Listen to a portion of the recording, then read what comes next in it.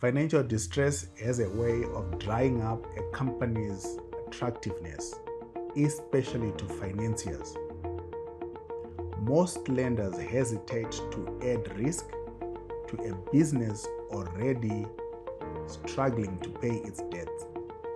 But under the Insolvency Act, when a company enters corporate rescue, one of the practitioner's key duties is to secure post-commencement finance.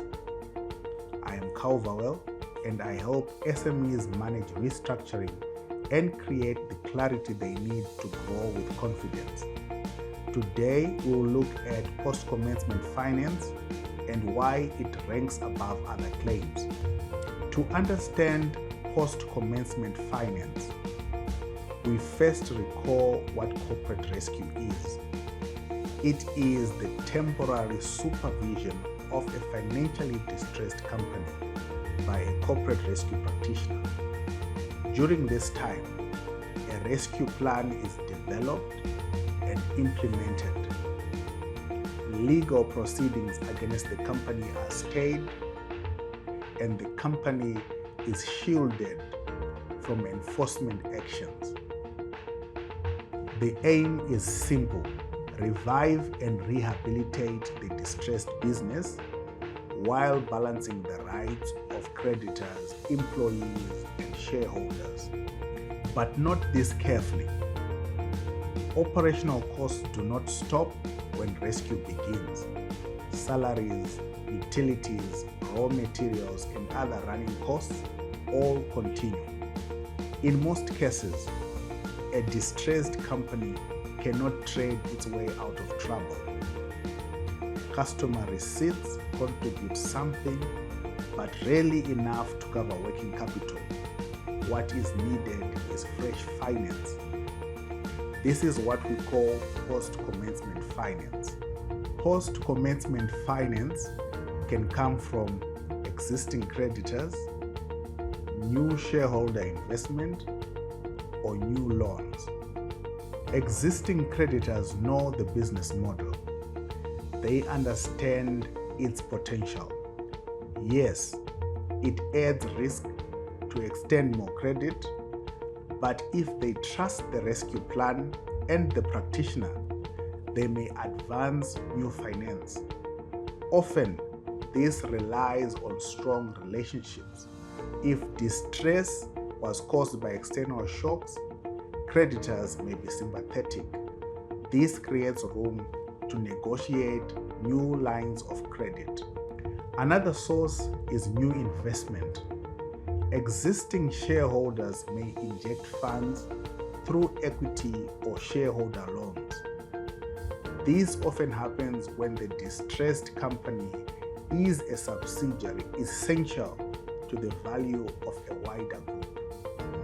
Other motivations may include preserving a legacy, carrying the business through to solvency, or building credibility with other stakeholders. New equity investors may also step in if the business fits their investment appetite. This may even redirect the business model to align with their vision of value creation. This, of course, dilutes shareholding and must be addressed in the rescue plan. Third, new loans may be secured. The practitioner with affected persons can seek debt financiers. These lenders usually require security over unencumbered assets and sometimes influence in proceedings. But influence is contentious. By law, post-commencement financiers do not develop or implement the plan. In practice, they may instead purchase claims of existing creditors to gain voting rights and influence indirectly. Often these financiers are experienced in the sector and are able to weigh the risks accurately. Now, a special category: employee remuneration. Paying employees during rescue is often a challenge. The Insolvency Act recognizes this, employee remuneration during rescue is treated as post-commencement finance. This means it ranks ahead of other post-commencement creditors. It ranks above all unsecured claims.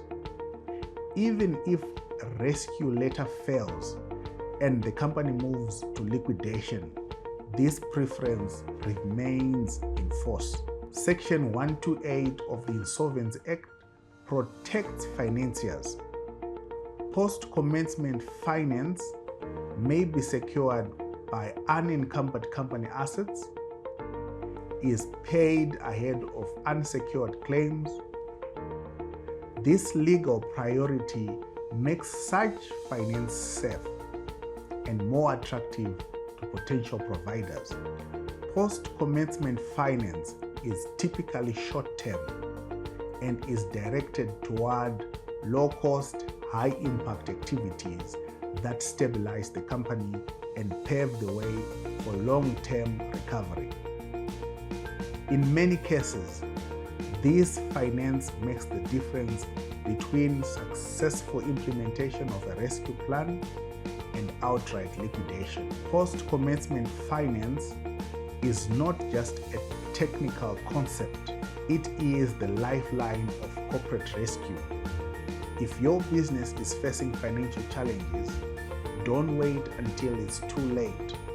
Explore the use of corporate rescue proceedings and secure the future of your company.